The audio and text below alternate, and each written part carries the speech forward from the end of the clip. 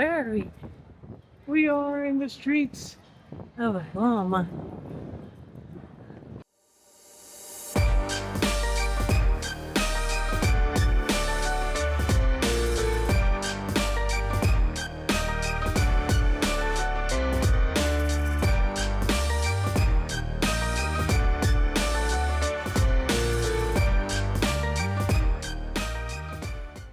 We just got to Trevi Fountain around 5 a.m. This is what it looks like. As you can see, there's not a lot of people, so this is the best time to come and get all your photos.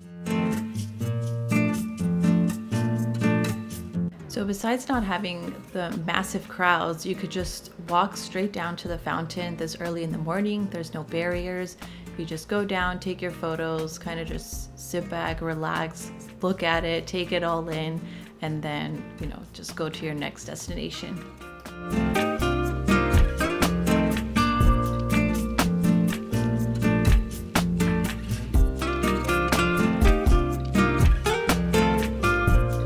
Since we were up this early, our next stop was going to be the Spanish Steps.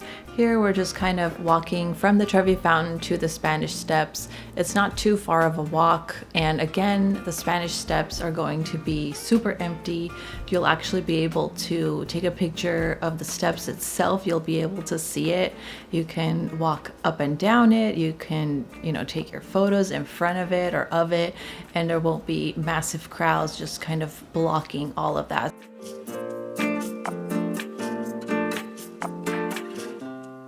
We definitely recommend waking up early in order to see these major sites that everybody else wants to see. We woke up around 4:30, got ready, and got to the fountain around 5-ish, and then headed to Spanish Steps by 5:30 to 6 a.m. I think this is the best time to go if you really want to get a photo. If you don't care about the crowds, then you can go at any other time of the day.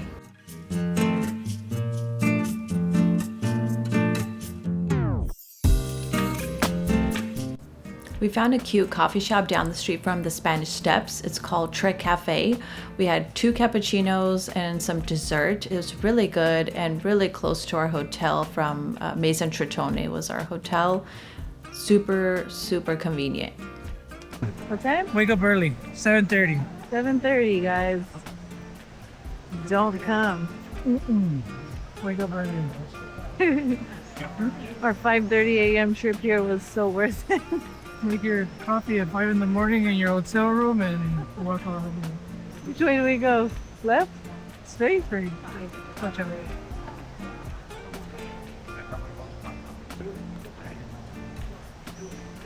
That's so crazy.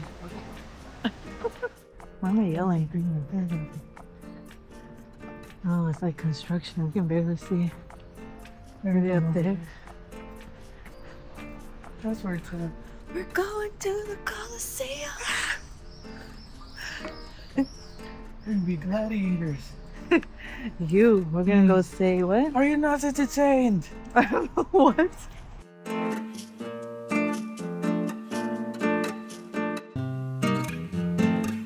We were able to walk to the Colosseum from our hotel, Maison Tritone. It was such a good location and really easy to maneuver the area. The streets were pretty simple to find your way. We just used our our Apple Maps or Google Maps. And on the way, you kind of just see these amazing buildings everywhere. So definitely recommend walking around instead of taking public transportation. If you can, you'll definitely experience Rome a little more differently rather than using just public transportation.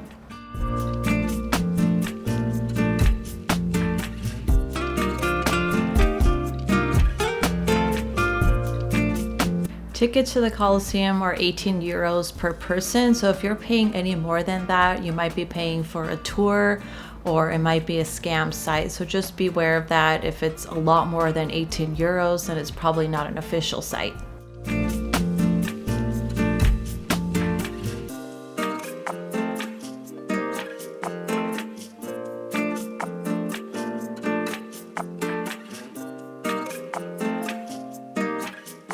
We had the 8 a.m. entrance to the Colosseum. It's the earliest that you can get at that time, May 2025.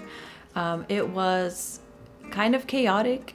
in the beginning, because once the employees get there, they kind of just push you back. So if you're already forming a line at the front, they're going to ask you to move back. And it's kind of just like this huge crowd moving backwards, stepping on each other. You're just like squished together. So I recommend getting the earliest just to get there, before other people. It's a little bit better.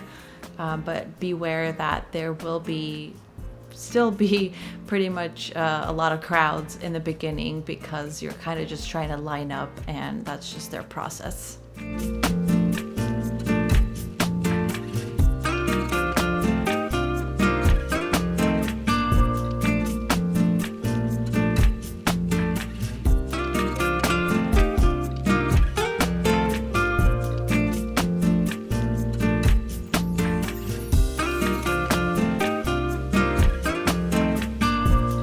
So the Colosseum is kind of cool, the layout. It's just one way in and one way out, and they kind of did that to control the crowd so people aren't just walking around everywhere.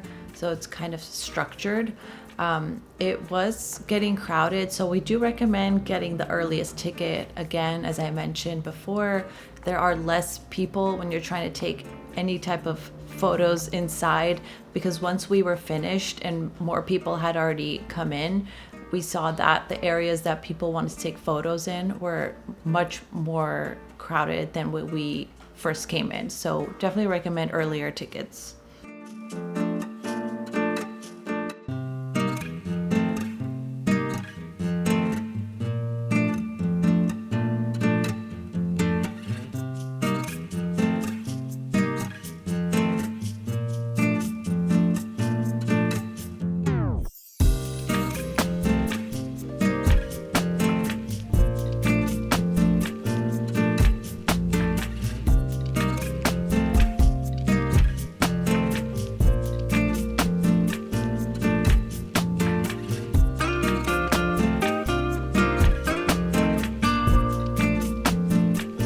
There's also a lot of ticket scams online, so I recommend getting tickets straight from the Colosseum website itself. If you search Colosseum tickets, there's something that pops up on Google that says like official site or something like that. So that's the one that I picked, and that's where I got our tickets. We just printed them out, and you just follow the instructions on where to enter in the Colosseum.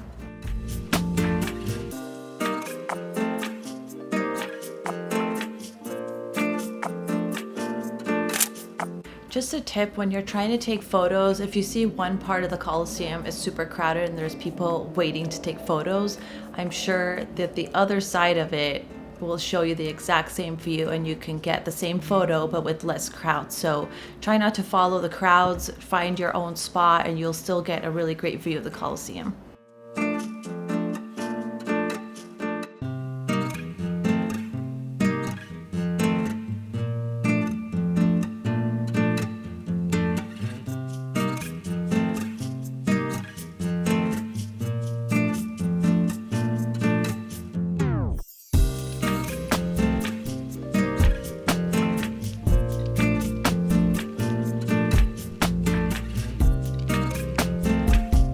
Our Colosseum ticket also included Palatine Hill. Here we're just kind of wandering around the inside, and it's very easy to get lost, and sometimes it's hard to find the exit. So we were struggling a little bit, but it's really beautiful. You have a really nice view, and it's just so old. Like, it's crazy to think how old this place was and how beautiful it is and how it's still standing. So definitely recommend it.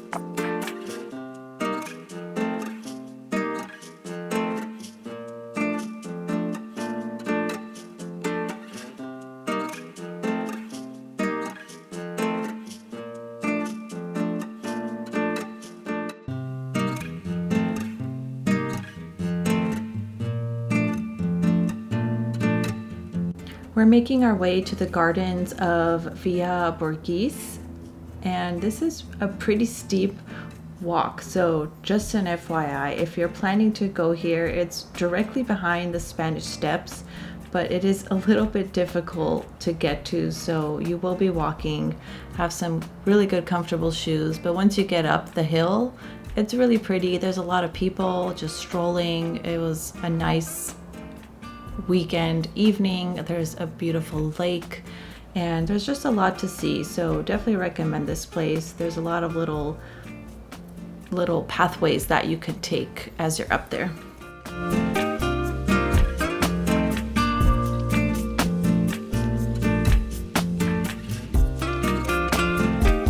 As someone who owns a motorcycle, I've definitely visited the Dainese stores here in Southern California, but of course I had to visit the one in Rome, Italy. The next few clips are just what it looks like in their store, and it was just really cool to see it.